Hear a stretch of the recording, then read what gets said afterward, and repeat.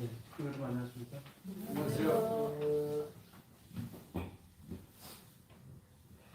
네, 오늘은 신통일 한국, 신통일 세계의 길이라는 제목으로 말씀을 나누겠습니다. 이 말씀은 지금 세간에 이슈가 되고 있는 그 윤 본부장이 로비를 했다고 하는 그 내용과 겹칩니다. 그래서 우리 식구님들이 이 내용을 정확히 알고 주변 분들에게 우려를 하고 있는 분들에게 정확한 사실을 전해주시면 고맙겠습니다.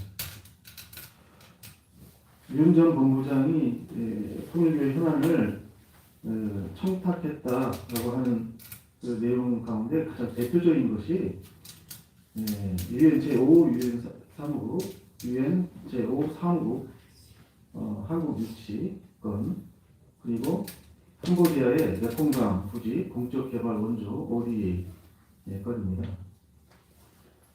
이것이 과연 누구를 위한 로비이고 청탁인가, 그 근본적인 본질에 대해서 좀 알아보도록 하겠습니다.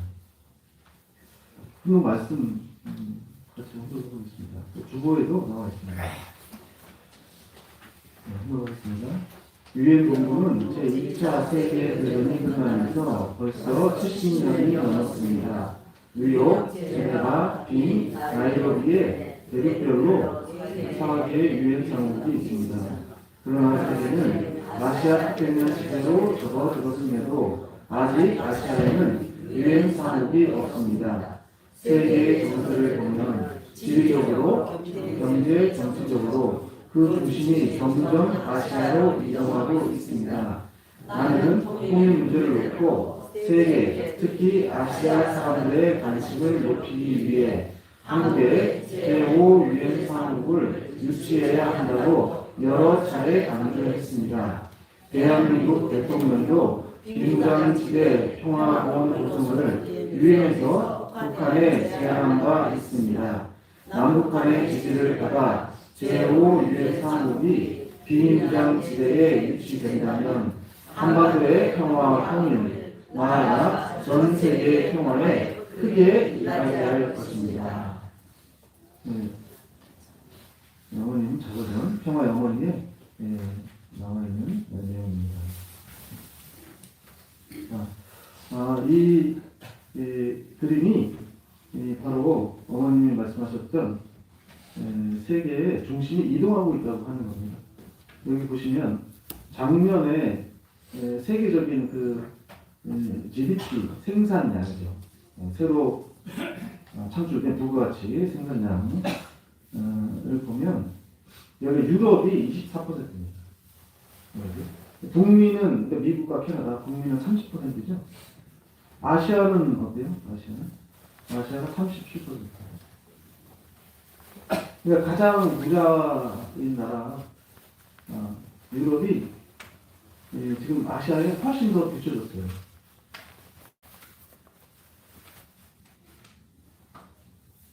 그래서 북미와 유럽을 합치면 54%가 됩니다. 그렇죠? 그 다음에 또 북미 대륙하고 아시아 대륙과 합치면 67%가 돼요. 아시아 태평양, 그렇죠? 태평양이 훨씬 더 크죠.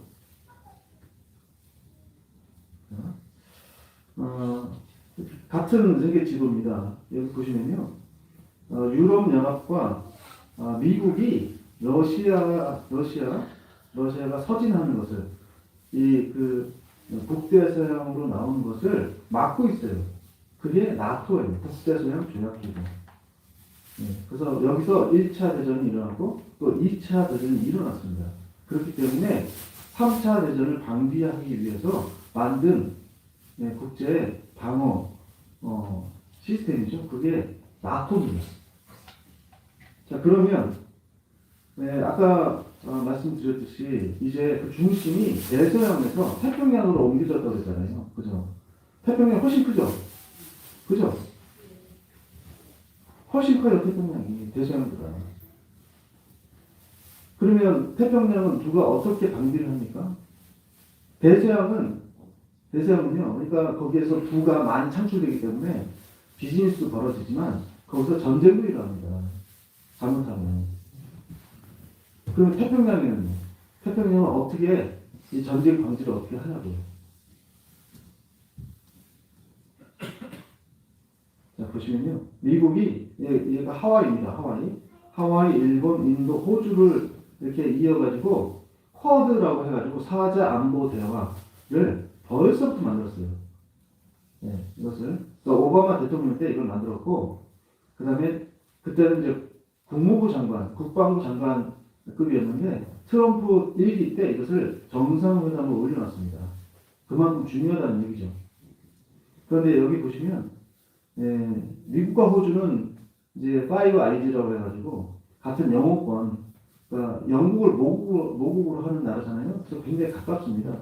일본은 이 동양에서는 첫째가는 미국의 이제 우방국이죠. 근데 이제 인도가 문제예요. 인도가 잘 말을 안 들어요. 그래서 다시 미국, 호주, 영국을 또 넣어가지고 오커스라고 하는 핵 잠수함 연합을 만들어놨습니다. 이 핵 잠수함은요 바다로 한번 들어가면 6개월 동안 나오지 않습니다. 그러니까 잡을 수가 없어요. 갑자기 느닷없이 앞바다에서 나옵니다. 이게. 거기서 또 핵미사일을 쏘죠. 굉장히 무서워요. 근데 단점이 영국이 좀 멀다 하는 게 단점이에요. 그래서 이제 윤석열 대통령 시절이죠. 바이든 미국 대통령 시절에 미국과 한국과 일본을 이제 합쳐서 3자 안보 대화, 캠프 데이비드 협정을 비밀 협정으로 맺어놨습니다. 그러니까 2중 3중으로 태평양을 방어하고 있는 거예요. 근데 우리 지금 잘 아시겠지만 여기서 전쟁이 났죠, 그죠? 러시아 우크라이나 전쟁이 났죠, 그죠? 그리고 또 전쟁이 또 하나 났습니다. 어디죠? 이스라엘 팔레스타인 전쟁입니다. 그죠? 이 전쟁이 왜 났는가? 이게 미군이 유럽의 북대서양에 있는 병력을 태평양으로 옮기면서 공백이 생겨서 난 전쟁이에요. 그래서 러시아가 무모하게 달리는 게 아닙니다. 하마스가 무모하게 달리는 게 아니에요. 여기서 전쟁을 일으킬만 하기 때문에 승산이 있기 때문에 전쟁을 일으킨 겁니다. 왜냐? 기존 같으면 전쟁을 일으킬 수가 없어요. 왜냐면 미국이 철통 방어를 하기 때문에. 하지만 병력을 많이 뺐단 말이에요. 태평양으로 옮겼단 말이죠. 그 빈틈을 놓치지 않는 겁니다. 그만큼 하지만 미국은 어때요? 그쪽에 다시 병력을 또 옮겨가지고 할 수 있습니까? 그럼 여기는 어떻게 하는 거예요? 태평양이 훨씬 중요한데. 미국이 적극적으로 개입을 하던가요? 러시아 우크라이나 전쟁에 지금 몇 년째입니까? 그 다음에 팔레스타인 전쟁과 마찬가지죠, 그죠?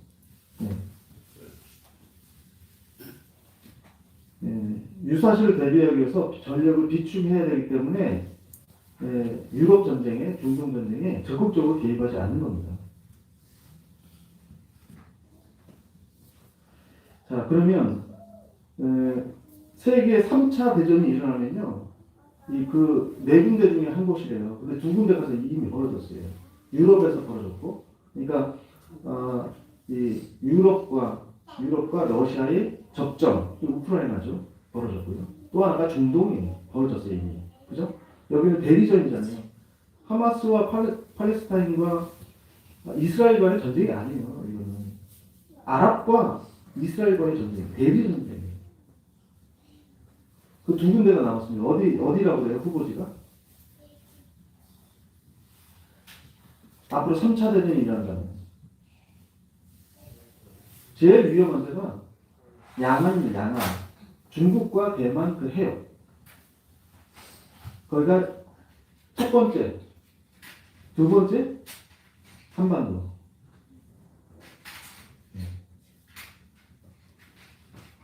근데 여기를 방어를 해야 되잖아요. 그죠? 전쟁이 일어나지 않도록 방비를 해야 되잖아요. 그 시스템이 없어요.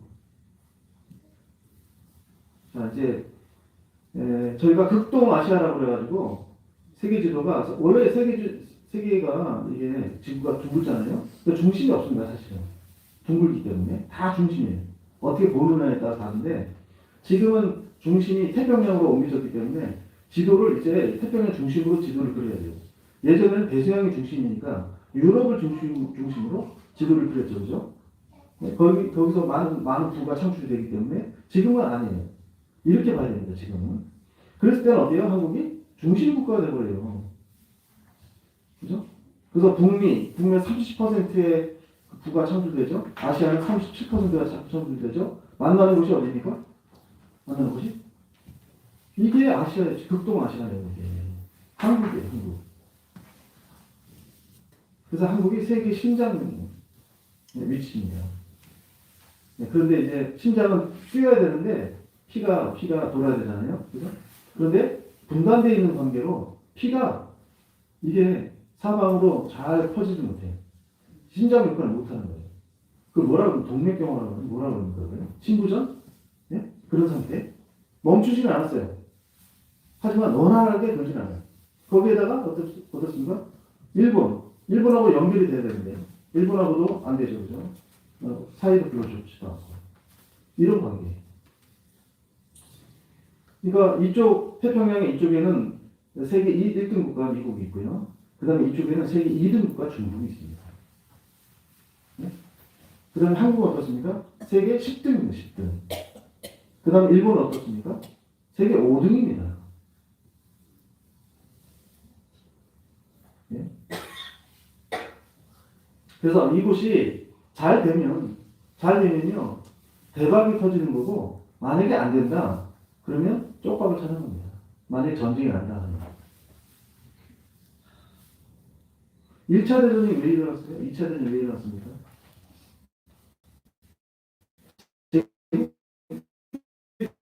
제국주의. 그죠? 다른 나라를 침략해서 그 다음에 싼 값으로 노동력과 그 원료 획득하기 위해서. 그게 경제적인 이유잖아요. 지금도 마찬가지예요. 네, 그래서 참고님께서는 신통일 한국과 신통일 세계를 위해서 3대 큰 아젠다를 설정을 해주셨습니다. 그게 첫 번째가 한일 해저 터널 프로젝트고, 두 번째가 DMZ 제5 유엔 상공을 유치, 네, 평화원과 함께 그 두 번째고요. 세 번째가 베링 해협 프로젝트입니다. 너무너무 잘 아시는 내용이죠. 뭐 하루 이틀 하는 것도 아니고 1년 하는 것도 아니고 지금 그죠? 몇십 년째 이걸 하고 있어요. 몇십 년째. 네, 사람은 몰라요.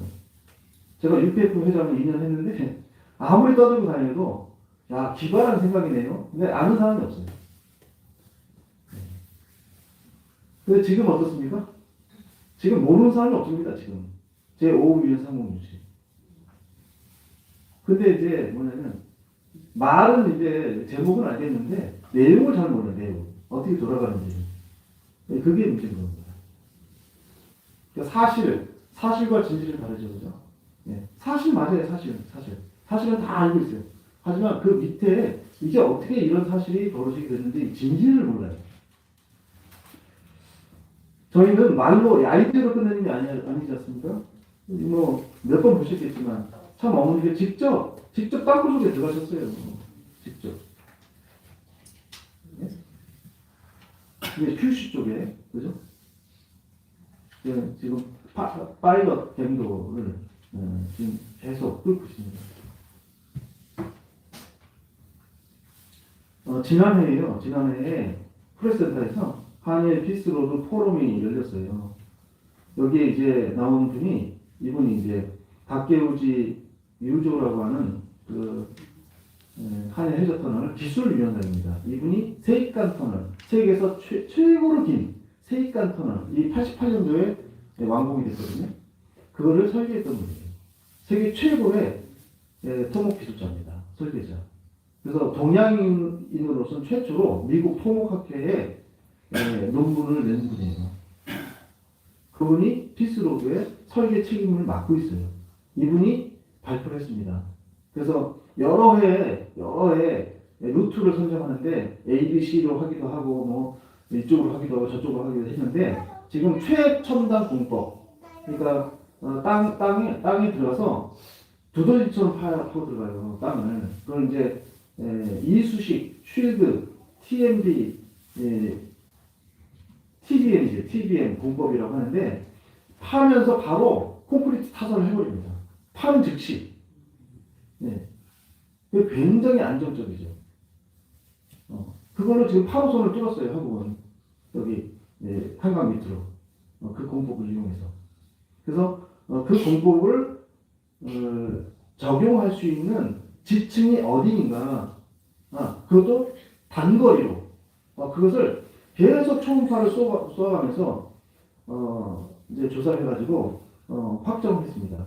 그래서, 두 군데로, 북쪽 노선과 남쪽 노선 두 개를 확정했어요. 이걸 하는데 1,000억이 들었어요. 1,000억.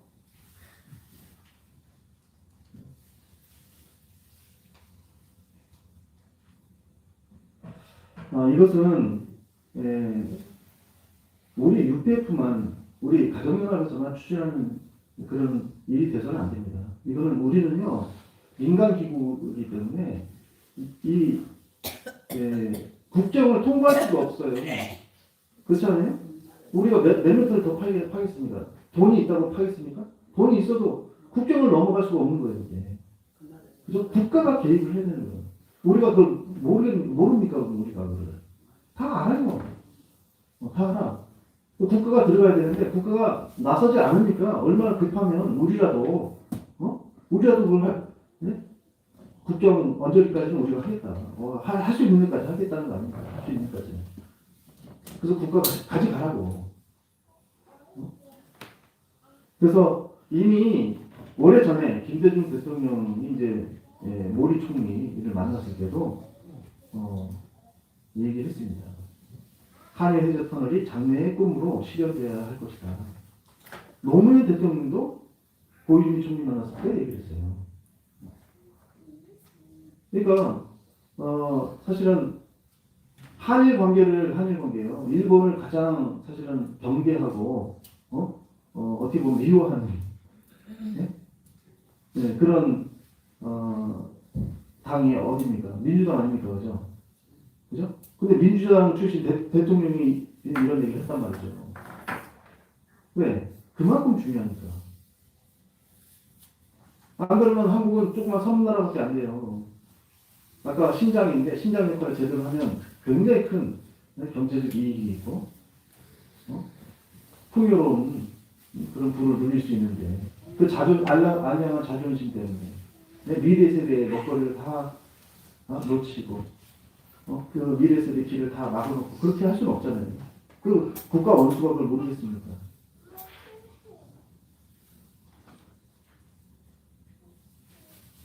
자, 그 다음에 DMZ 평화공원 그리고 제5 유엔 사무 유치. 이것은 어머니께서 2015년에 10년 전이네요. 오스트리아 빈 제3 유엔 사무국에서 말씀하신 내용입니다. 그리고 아버님도 유엔 본부에서 말씀하셨고, 그리고 제네바에서도 또 국제회의를 하고 했어요. 저희는 말로 하느냐, 말로. 우리가 거기 들어갈 수가 없죠, 그죠? DMZ 안에 들어갈 수가 없죠? 땅이라도 땅 파면 큰일 나죠? 그죠? 어떻게 합니까, 그러면? 그래도 합니다, 그래도 해요. 이주가 이게 주축이 돼서 한 겁니다, 이거는. 그죠? 조감도를 그렸어요. 네? 국토지휘원, 국토개발원의 용역을 줘가지고, 뭐, 어디 지구 설정도 하고, 스마트팜은 어떻게 짓고, 케이블카를 어떻게 하고, 이것도 수억이 들었습니다.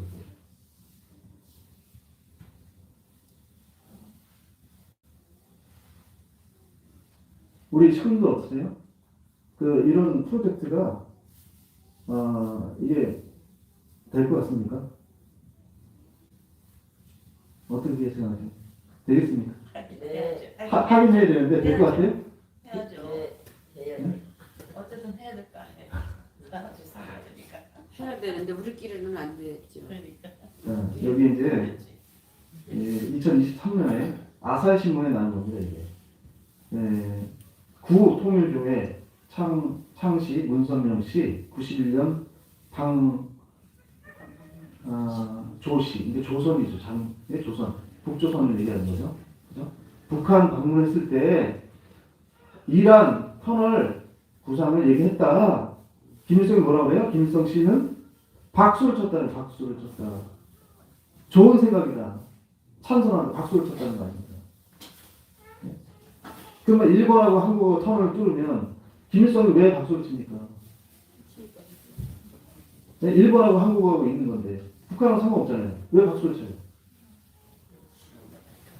이거는요. 그러면 자 일본하고 한국하고 터널을 이었어요. 그러면 도쿄에서 출발해가지고 큐슈를 해가지고 부산을 해가지고 서울로 왔습니다.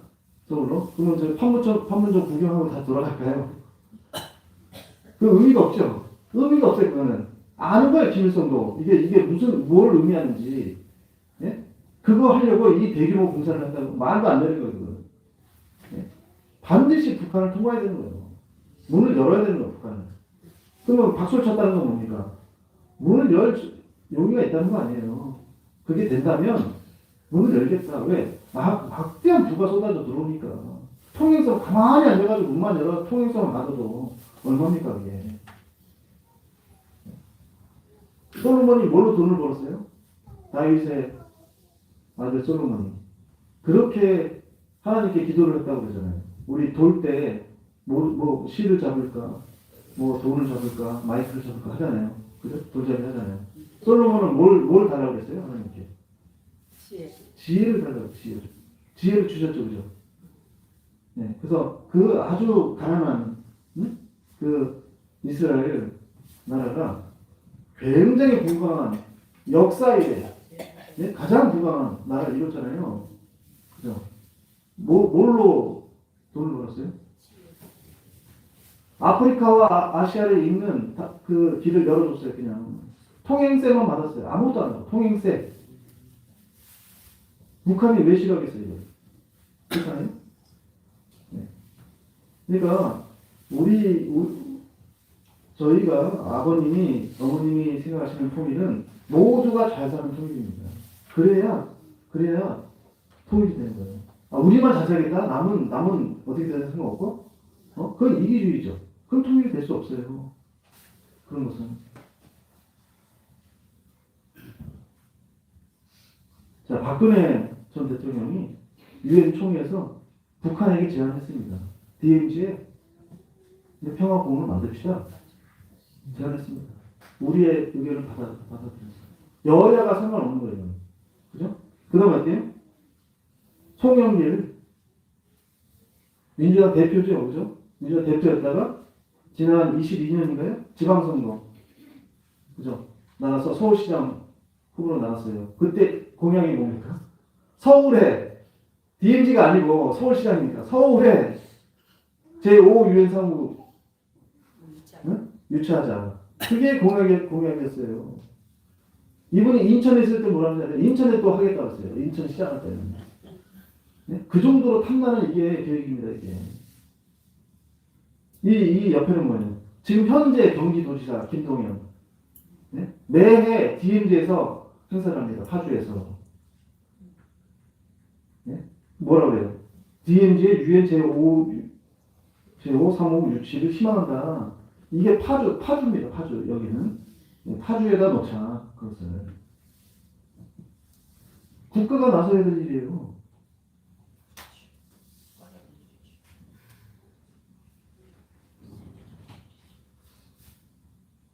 자, 베링이는 어때요? 이거는 우리나라도 아니죠. 그죠? 이건 어떻게 될까요? 이게 될까요? 안 될까요? 베링의 프로젝트. 자, 아버님께서 직접 탐사를 가셨어요. 그래서 경비행기를 타고, 네, 작은 비행기를 타고, 이제 우리 간부들 몇 분 하고, 비행기 위에서 지도를 놓고, 한번 보시면 됩니다. 그 지시를 하셨어요. 실제로 탐사단이 갔어요, 거기를.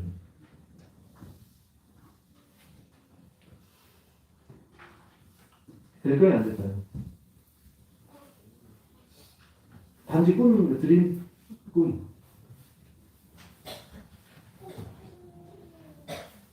자, 이것이 파란색이요. 파란색이 이미 네? 지금 타저 터널이 돼서 운용되고 있는 겁니다. 빨간색이 계획입니다. 계획. 했으면 좋겠다. 계획.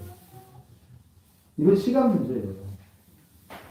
지금 러시아하고 미국하고 사이가 안 좋죠, 그죠? 안 좋아요. 어떻게 보면 큰 라이벌, 중국 다음으로 라이벌인데 이 두 사람의 두 관계가 이게 좋아야 다리를 놓을 텐데 텀을 뚫을 텐데 그 가능성이 있을까요?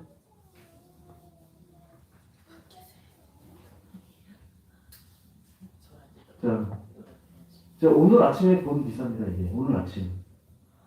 네? 러시아의 특사가 일론 머스크, 테슬라 전기 자동차 있죠? 테슬라, 일론 머스크에게 베링 해저 터널 건설 제안했습니다.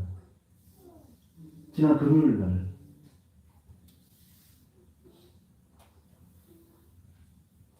근데 그 러시아 특사가 어떤 사람이냐면 러시아 국부를 움직이는 CEO예요. 그 사장이에요, 사장. 러시아 국부 펀드 사장. 러시아에 가장 돈이 많은 사람들이 투자를 하는 그 펀드의 사장이에요.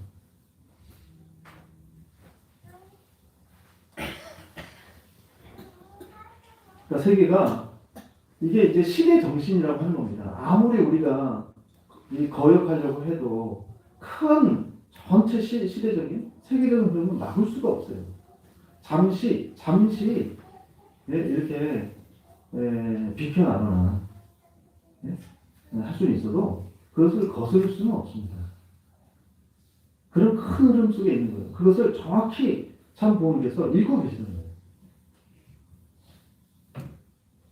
근데 먼저 그죠? 좀 꿈 갖고 이게 저게 되속 싶으냐 하잖아요. 처음에는 그죠?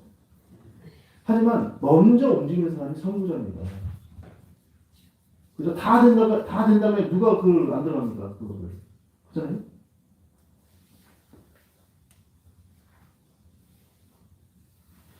참 어머니께서 지난 2019년인데요. 일본 나고야 대회 때 평화 세계를 위해 아시아 태평양 유니언 창설을 제안합니다. 이렇게 말씀했어요.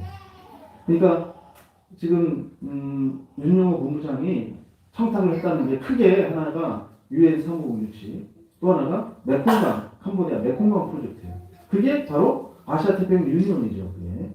그죠? 어머니께서 2019년 10월에 말씀하시고 바로 그것을 훈센 총리가 받습니다. 그래서 11월에 저도 거길 갔어요. 캄보디아를 11월에 큰 대회를 했어요. 거기서 축복식과 함께.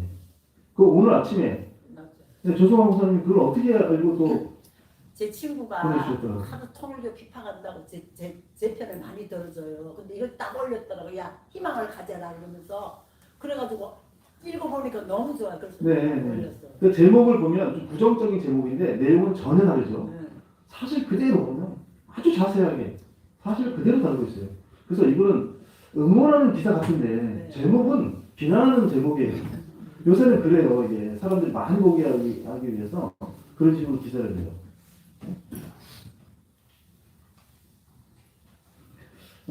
올해 이제 그 10월 29일, 30일 말이죠. 말에 한국에서 굉장히 큰 세계적인 대회가 있습니다. 그게 이제 경주인데요. 경주에서 APEC, 아시아 태평양 경제협력체. 그래서 트럼프 대통령이고 시진핑 중국 주석이 옵니다. 잘하면 북한 김정은도 옵니다. 네. 아니, 그러니까 트럼프 대통령하고 시진핑 주석이 만난 적이 없어요. 대통령이 돼서 한 번도 만난 적이 없어요, 지금까지. 네. 세계적인 그런 대회로. 근데 주제가 뭐냐? 경제입니다. APEC. 아시아 태평양 경제협력체거든요. 그게 문제예요. 그게. 왜냐면, 경제는요, 이익을 추구하는 거잖아요. 이익을, 그죠? 그런 양보하는 데 한계가 있는 거예요. 그 상위 기관이 있어야 돼요. 그게 정치거든요, 정치. 네? 그래서 경제뿐만 아니라 사회, 문화, 종교, 정치를 다 아우르는 그 상위 개념의 단체가 있어야 돼요. 그게 없어요. 아시아 태평양에. 네? 그러니까 그게 아시아 태평양 유니온인 거예요. 어머님께서 제청하신 그 상위 기관을 만들자. 싸우지 않도록 경제적으로 패권 전쟁을 하는데 싸우지 않도록 잘 정치적으로 중립할 수 있는 그게 정상회의입니다.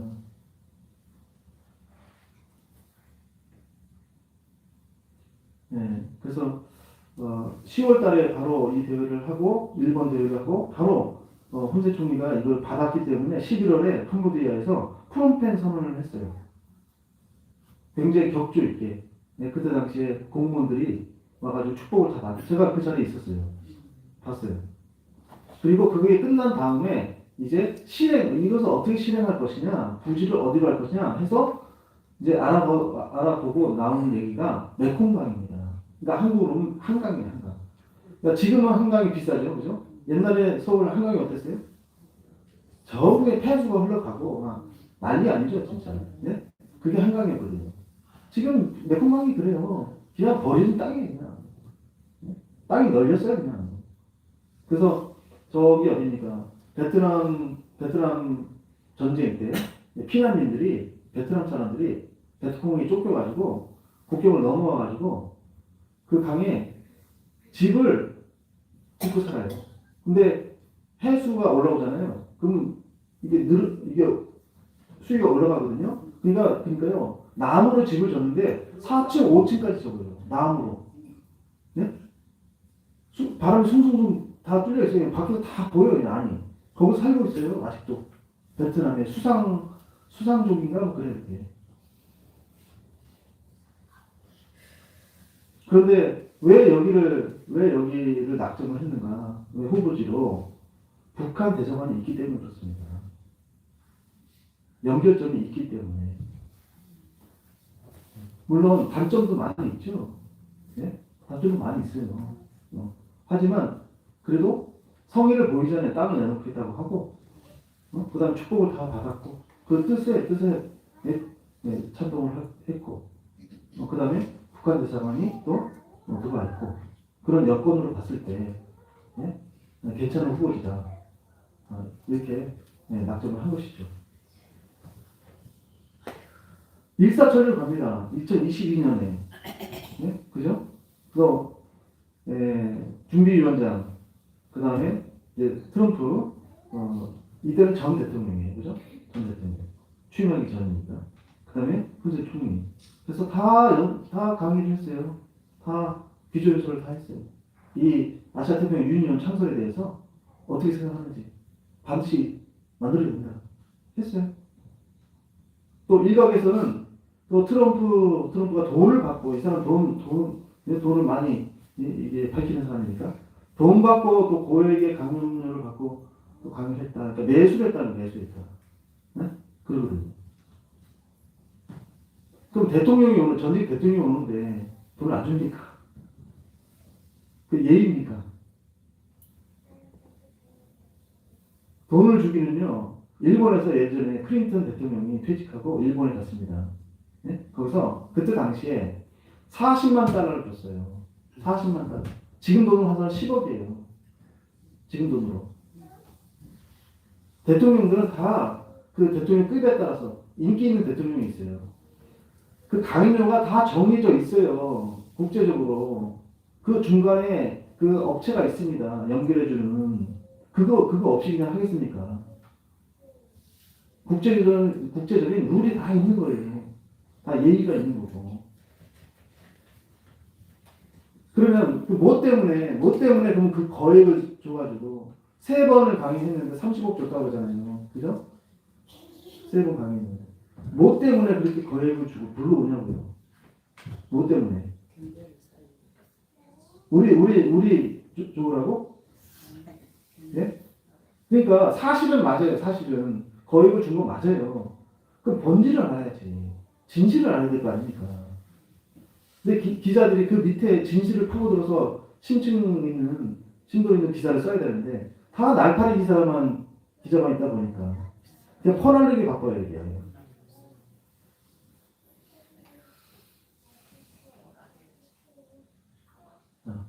올해입니다. 올해 그죠?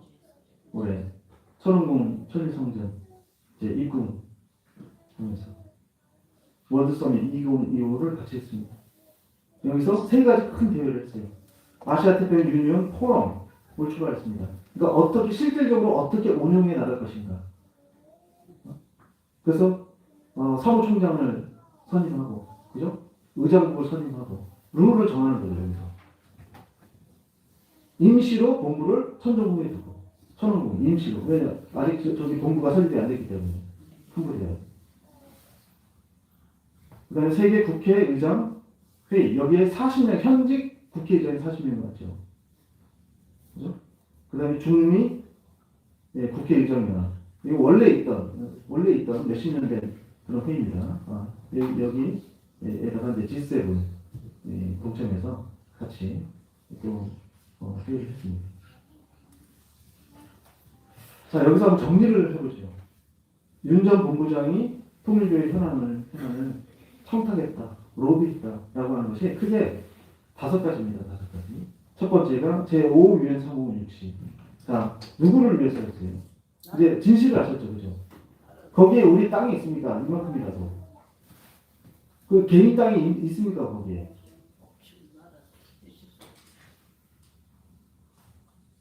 자, 두 번째, 캄보디아 메콩강 부지 프로젝트.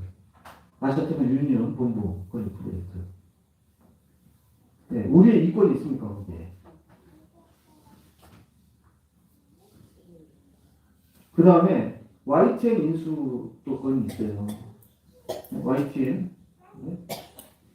여기에는 윤용 본부장이 한마디를 한 건 맞습니다. 한마디를. 의향을 비춘 건 맞아요. 하지만 그 이후에 전혀 추진이 안 됐어요. 이건 그러니까 개인적인 바람이 있죠. 지금도 우리는 얘기해요. 방송국 이럴 때 방송국이 있으면 얼마나 좋냐. 얘기해요. 몇십 년부터 얘기했어요. 케이블 TV라도 인수해야 되는 거 아니냐. 맞아요, 그건. 그런 차원에서 한마디 한 거예요, 그냥. 구체적으로 들어간 적이 없어요, 지금까지. YTN에 대해서. 그래서 실제로 입찰을 했는데 입찰에 응하지는 않았습니다. 아예. 입찰서를 쓰질 않았어요. 떨어진 게 아니고 아예 쓰질 않았어요. 그러니까 개인의 그런 바람이었던 거예요, 그건. 교단 차원의 일이 아니고. 그 다음에 대통령 취임식에 초청해달라. 자, 몇 명이, 여의도 광장에 몇 명이 갑니까? 대통령이 취임할 때 몇 명 가나요? 한 1000명 갑니까? 1000명? 4만 명이 갑니다. 4만 명. 눈에 보이지도 않습니다. 악수도 못해요. 그냥 지역에 웬만한 유저는 다 가요. 선거 있을 때 무슨 위원장, 무슨 홍보위원장 뭐 해가지고 다 줘요. 또 저기 저한테도 와요. 저한테도 맡아달라고. 위원장 맡아달라고. 지역에 홍보위원장 무슨 위원장 맡아달라고 다 명함까지 파서 줘요. 이게 무슨 대수라고요, 그게. 저희가 뭐 장관을 달라고 그랬습니까? 총리를 달라고 그랬습니까? 그 정도 돼야 청탁 아닙니까? 로비를 해도. 그 다음에 마지막으로 국제행사, 통일부 국제행사를 하는데 사회부총리 겸 교육부 장관이 와서 강의를 해달라. 그것도 청탁이라고 하는 거죠. 실제로요, 2022년도에 아프리카에서 25명의 청소년부 장관이 왔습니다. 롯데호텔에. 실제로. 그러면 그 사람들이, 그러니까 어머님 대회를 아프리카에서 많이 했잖아요. 2020 전까지. 7번을 했습니다. 7번. 그걸 본 거예요. 아프리카 사람들이. 근데 우리 이제 YSP 회원들이 가가지고, 2세들이 가서 이제 많이 스텝으로 일했죠. 그래서 이렇게 일사불란하게 이렇게 움직이는 청년들 참 부럽다. 응? 어떻게 교육을 하길래 저렇게 빠릿하게 스마트하게 움직이냐. 칭찬이 자자하잖아요. 알려달라고. 가르쳐 주겠다고. 한국 오라고. 그래서 왔어요, 이 사람들이. 한국 교육 시스템을 배우러. 그럼 교육부 장관이 나가야죠, 당연히. 안 나갑니까? 예? 나가지 말라도 나가야 되는 거 아닙니까? 월드서밋 2015를 할 때 한 일주일 정도 했어요. 그때 롯데호텔에, 잠실 롯데월드 호텔에 방을 400개를 예약했습니다. 그 스텝까지 해가지고 굉장히 많은 분들이 온 거예요. 그죠? 근데 제가 육백도 회장이었잖아요. 경기남도. 저한테 뭐 어떤 미션이 떨어진지 아세요? 코이카를 섭외해봐라. 코이카. 국제협력기구. 한국에 있습니다. 코이카. 그러니까 국제봉사단이에요. 그러니까 미국이 세계 패권국일 때 2차 대전에 승리해가지고 전 세계에 이제 미국의 젊은이들을 내보냈어요. 한국에도 많이 왔어요. 그래서 시골에 가서 영어도 가르치고 이런 봉사활동 많이 했습니다. 대학생들이. 돌아가서 이 사람들이 지도자가 많이 됐어요. 그래서 얼마 전에 한국에 대사가 왔는데 여자 대사가 왔어요. 한 몇 년 전에. 그 사람이 저기 충남 뭐 음성인가? 거길 예전에 대학생 때 와서 영어 봉사활동을 했다고. 그게 인연이 돼가지고 한국 대사로 온 거예요. 그분이. 똑같아요. 그 시스템을 우리가 배워서 우리도 어느 정도 이제 살게 됐기 때문에 대학생들을 많이 세계로 보냅니다. 두 번째, 새마을운동 중앙회를 섭외해봐라. 아프리카 저개발 국가의 사람들이, 지도자들이 한국이 어떻게 선진국이 됐는지 배우고 싶어 한다. 그 방법, 그게 뭐냐, 그게. 첫 번째가 새마을운동서부터 출발했다. 그걸 다 한다는 거야. 다 들었대. 새마을 다 들었대. 근데 뭔지 내용을 몰라. 좀 가르쳐 달라는 거야. 그거 가르쳐 주라고 새마을운동 중앙회가 있는 게 아닙니까? 그 분당에 있어요, 그게, 분당에. 네? 제가 전화도 하고, 이메일도 하고, 공모도 했어요. 처음에는 관심을 보였어요. 왜냐면, 자기들 일 아니에요. 실제로 올라가는 거 아니에요. 그죠? 네? 그 나라의 장관들이 와서 배운다는데. 먹여주고 재워주고 합니다. 선물도 줍니다. 거기 가면. 새마을운동 중앙회 가면. 부지가 굉장히 커요. 나중에 뭐라는지 알아요? 어렵겠대요. 왜 어렵습니까? 국장이 해외 출장을 갔대요. 그럼 우리가 기다릴 테니까 갔다 오면 다시 연락 주세요. 연락이 없어요. 또 연락을 했죠? 이 핑계, 저 핑계 돼요. 저는 왜 이러나, 얘네들이 왜 이러지, 이 사람들이? 아니, 호박이 너무째 들어온 거 아니에요, 지금. 그죠? 근데 깊이를 안 들어가. 왜 그러냐면, 이게 벌써 소문이 나는 거예요. 그때부터. 소문이 났었어요, 이미. 실제로 났습니다. 네? 그러니까 이분들이 발을 빼는 거예요. 자기들 일인데도 불구하고 발을 빼는 거예요.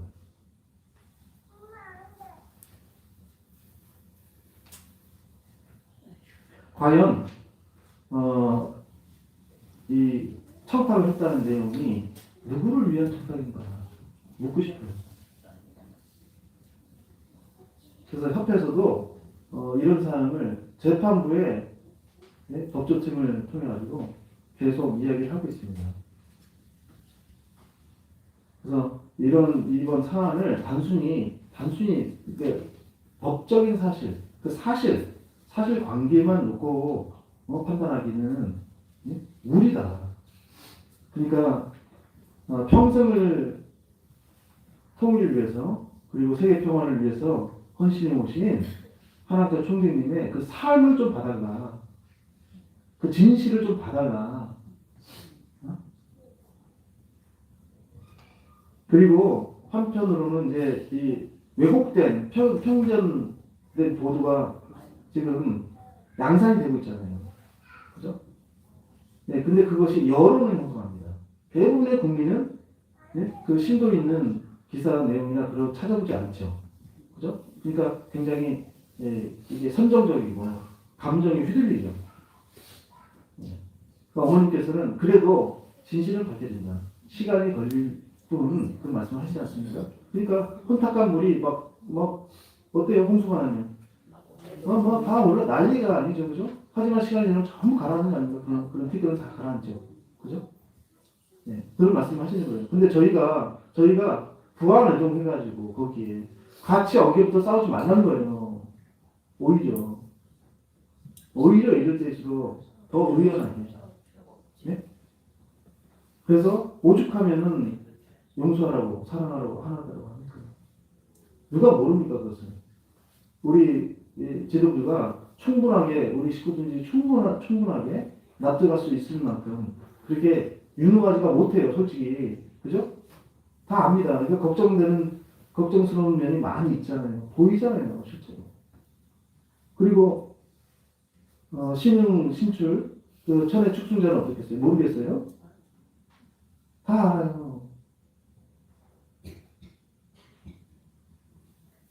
하지만 속으로 눈물을 삼키면서도 전체를 위해서 그리고 어머님을 위해서 참고 있어요.